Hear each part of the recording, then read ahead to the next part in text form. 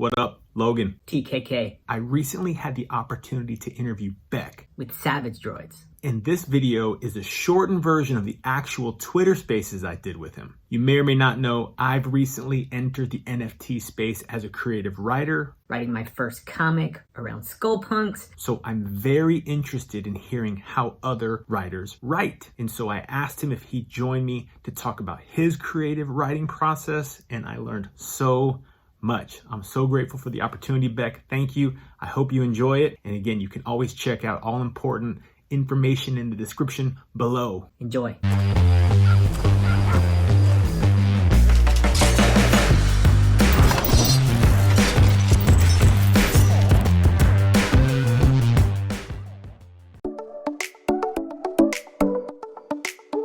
I believe that this entire space is going to move into storytelling, not just a part of it.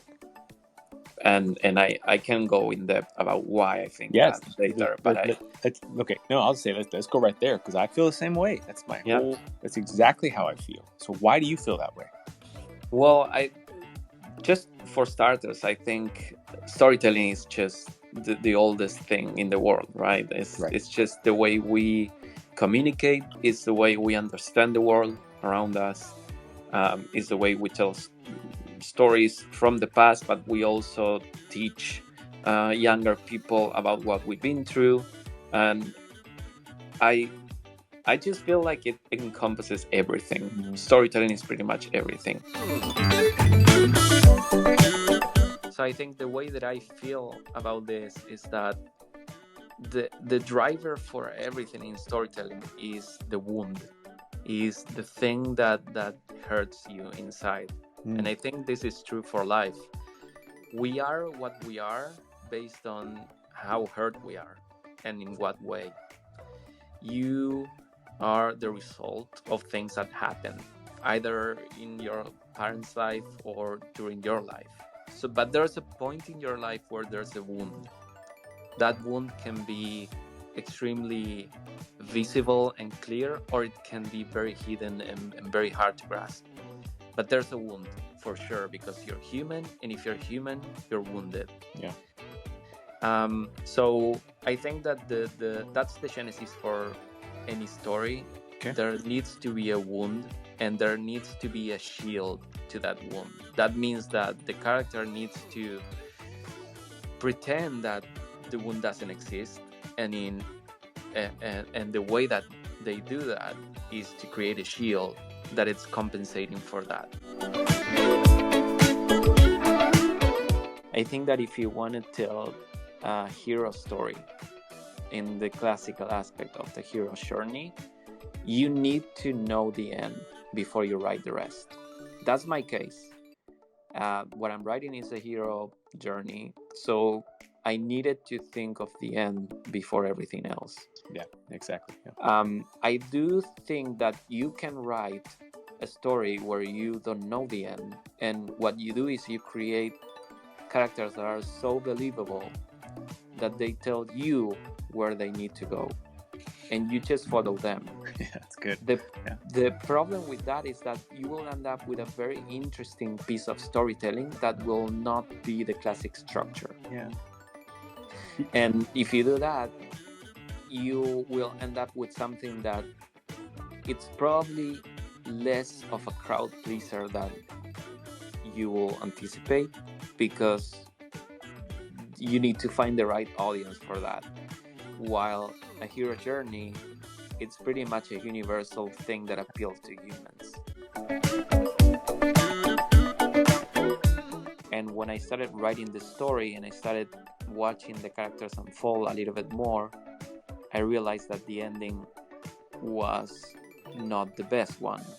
And I ended up changing a little bit direction in terms of how the characters react, and I think that makes sense, because instead of doing this free-form thing where the character informs everything and the story feels unstructured, you do a structured story where you know pretty much where you want to go, but then you allow the characters to inform changes on that structure. I think with the comic process, it might be different that with other art forms. Sure. But I think for the comic I started writing the script, I did the whole dialogue, and when I got the art from Ariel and I started seeing the dialogue on top of the art, I ended up changing some of the dialogue because it felt like it needed something different in some places. So I think the comic allows you to do that in a way that maybe other art forms not so much. And sometimes, you know, it happens that maybe he creates something that it's not what I had in mind, and I go back to him and I say, hey, look, I don't think this character should look this way. Yeah. And sometimes he's like, okay, cool, yeah, let's change it. And sometimes he's like, you know what, I kind of need this character to look this way for me to be able to draw it the way that I need to. Wow. And sometimes when that happens, what I learn is that you need to give people the ability to add their own thing. Mm-hmm. Because otherwise it's not really a collaborative process. It's just you just ordering people around. I didn't want to do it myself for two reasons.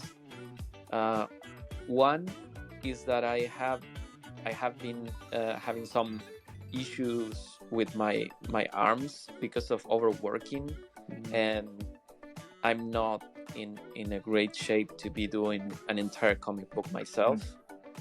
The second reason is that I didn't want to do everything by myself because I wanted that to be a collaborative effort, because I want other mediums to start populate the universe of Savage Dogs, and the other mediums that I want to use are collaborative as well.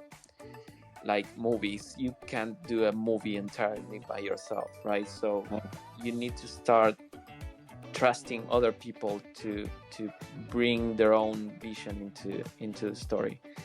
So that's the reason I ended up making sure that I found an artist that could help me with this. Here's the thing: you have two types of people. One is the professional, and one is the inspired one.